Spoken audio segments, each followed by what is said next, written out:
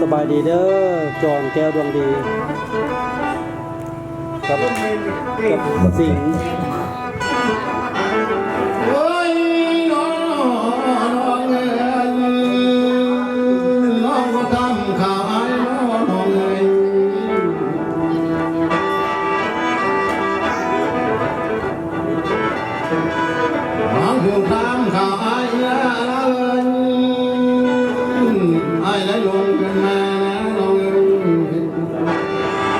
หลวงสนก็เลยไหลได้ลอง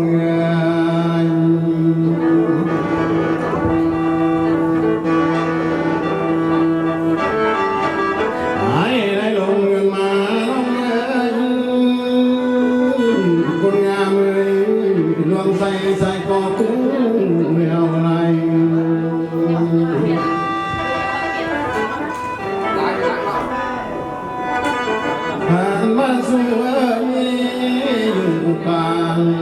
ก็ตาตาโนสิ้นเพียงแล้วไรน้อง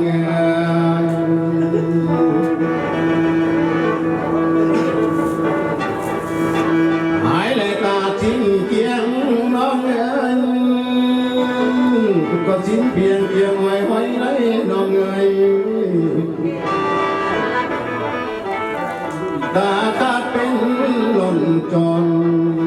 สิมาตอนมองนี่นางได้น้อง Hello จอนแก้วดวงดี Thank you very much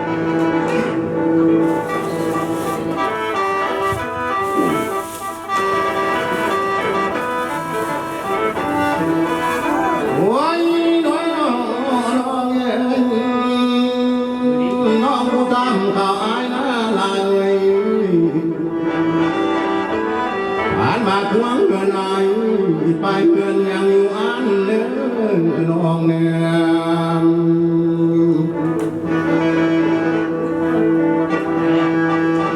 หวังก่อนตามข่าวใส่เยี่ยมหวงเงินใส่ไปเงินยังอยู่มองอยู่ไหนน้อง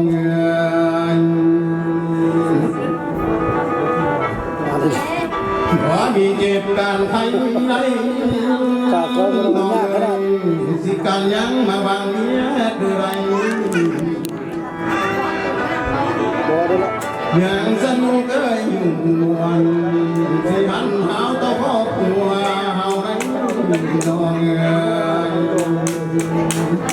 มันรุ่นใหญ่บัวใส่รถไฟโฮมเลยไว้น้องไอ้สิตามเขาน้องกว่านี้เลยก็ฟังแล้วซ้ำหาจะทำเด้อไอ้สิตามเขานำน้องเลยสิตามเขาต่างป้ากว่านี้น้อง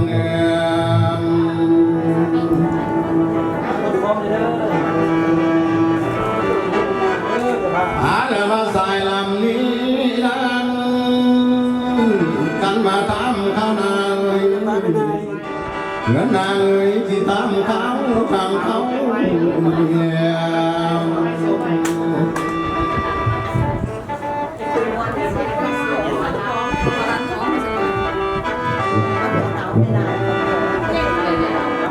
โอ้ยใส่ได้ตามเขาเจ้าที่มีสุริว่านังโลลาลอ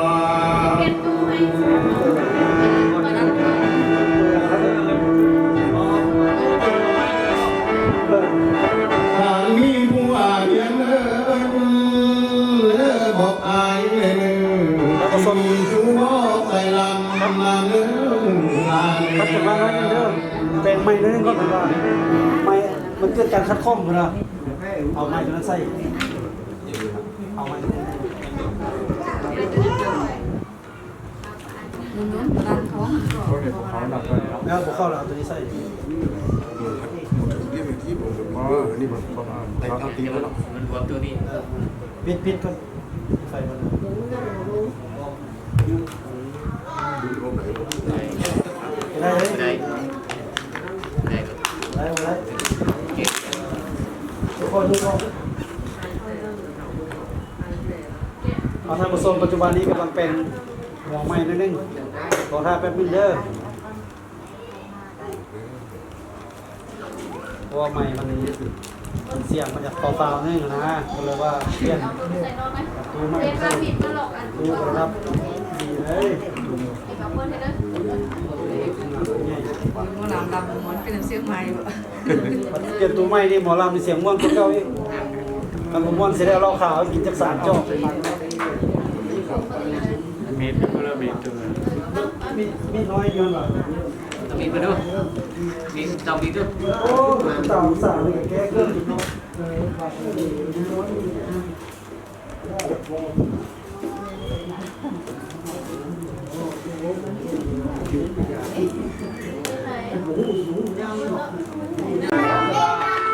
อายุแต่เจ้าละนึงเต้าจ้อยเมียใส่อาย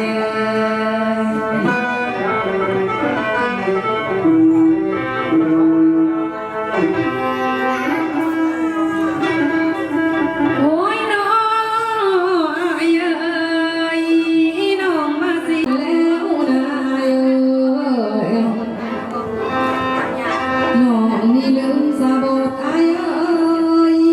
บ่ทันได้ทำกันเด้อเด้อาย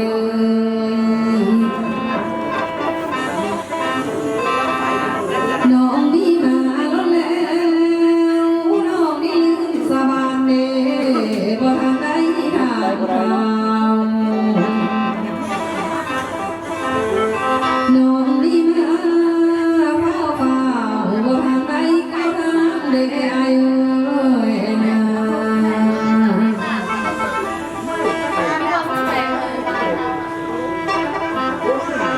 โอ้ยน้องอายน้องอยากทำเขาให้เด้อาย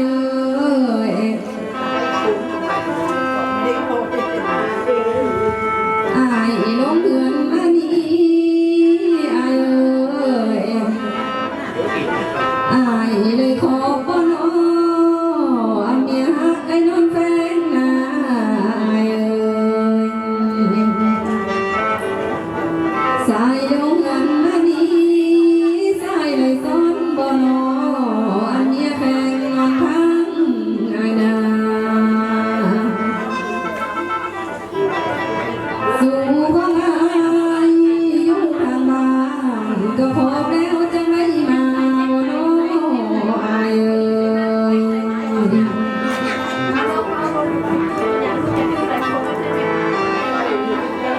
โอ้ยน้องอายอายบ่มีแนวของเด้อบ่อายก็อาจได้จากยังเด้อบ่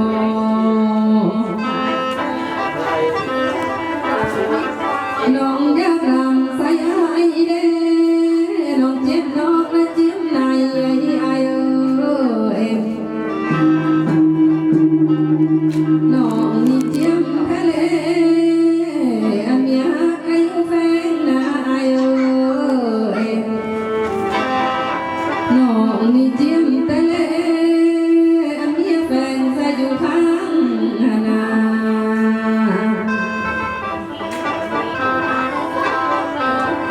โอ้ยน้องอายน้องนำมาวันนี้นะสุภาอันทางใหม่น้องพ่อส่งก่อนน้องพ่อส่งให้อายเป็นคนเบาแล้วตอบมาน้องได้อาย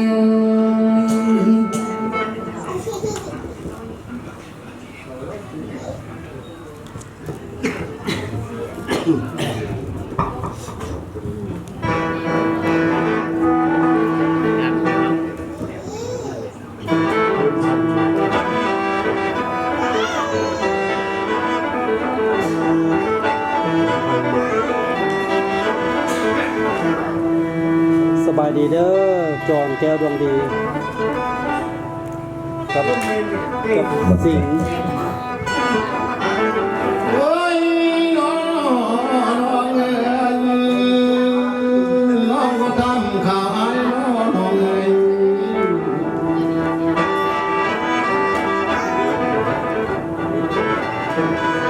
น้องก็ทำข่าวไอ้เอ้ยไอ้ไหลลงกันมาน้องเอ้ยอันหลวงสนก็ไหลได้น้องเอ้ย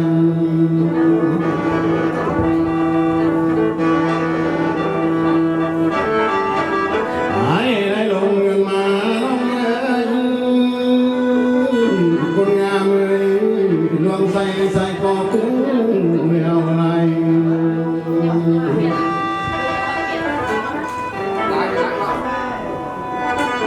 ผ่านมาสู่เอ้ยอยู่กลางก็ตาดฟ้าน้อสิ้นเพียงแล้วได้น้องเอ้ย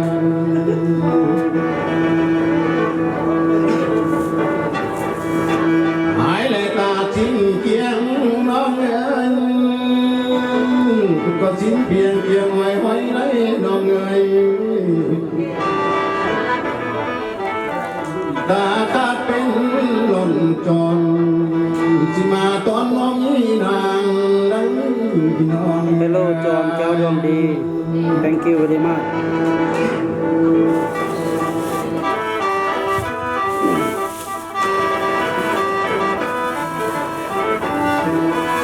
โอ้ยน้อยน้องเอ๋ยน้องผู้ทำข่าวอายน่าลาย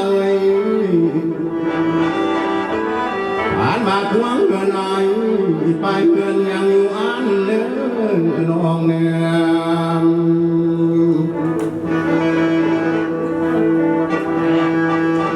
หวังก็ทำข้าวใส่เยี่ยมเอ้ย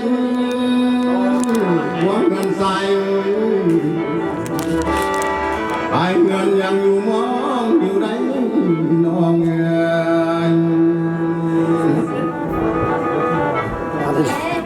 ว่ามีเจ็บการไทยไหนน้องเอ๋ยสิการยังมาบางเนี้ยคือไร บัวได้ละ ยังสนุกเอ้ยอยู่มวนที่หันหาวต่อครอบครัวเฮาได้น้องเอ๋ย มันรุ่นใหญ่บัวใส่รถไฟโฮมเลยดิ ไว้น้องเอ๋ยไอ้สิตามเขาน้องกว่าเนื้อเลย ก็ฟังแล้วซ้ำหา จะพามาเด้อ ไอ้สิตามเขานำน้องเอ๋ยสิตามเขาทางฟ้ากว่าเนื้อน้องเอ๋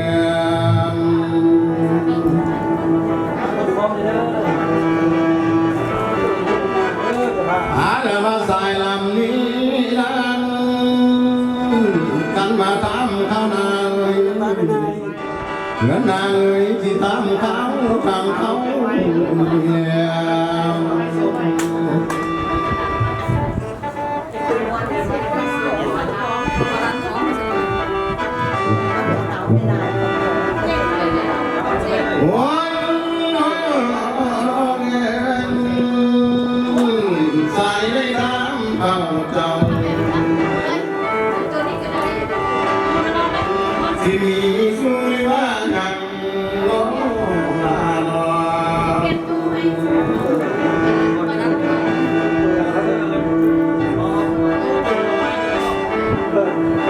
ทางมีผู้อาเรียนบอกอายเลยมีชูบอกใส่ลำมาเนื้อลา คัด เล จะมาแล้วเด้อแต่งใหม่นิดนึงก็เป็นว่าไม่มันเกิดการคัดข้อมนะเอาไม้ตัวนั้นใส่เอาไม้ นุ่นๆดันท้อง เขาเห็นของเขาหนักเลยครับ แล้วพอเข้าแล้วตัวนี้ใส่ นี่มันประมาณเอาตีแล้วเนาะ มันรวมตัวนี้ ปิดก็ใส่มัน ดูตรงไหน ได้เลย ได้ได้ ได้เลย คนที่เขาเอาทางผสมปัจจุบันนี้กำลังเป็นหัวใหม่นิดนึงขอท่าแป๊บนึงเด้อเพราะว่าใหม่มันเสียงมันจะเปล่าๆนึงนะก็เลยว่าเปลี่ยนดูใหม่ เป็นการผิดตลกอัน ดูครับดีเลย กับคนเลยนะ หมอลำลำม้วนเป็นเสียงไม้บ่ เปลี่ยนตัวใหม่นี่หมอลำมีเสียงม่วนคนเก่าอีกมันม่วนเสร็จแล้วเราข่าวกินจาก3จอก เมตรก็ละเมตรตัว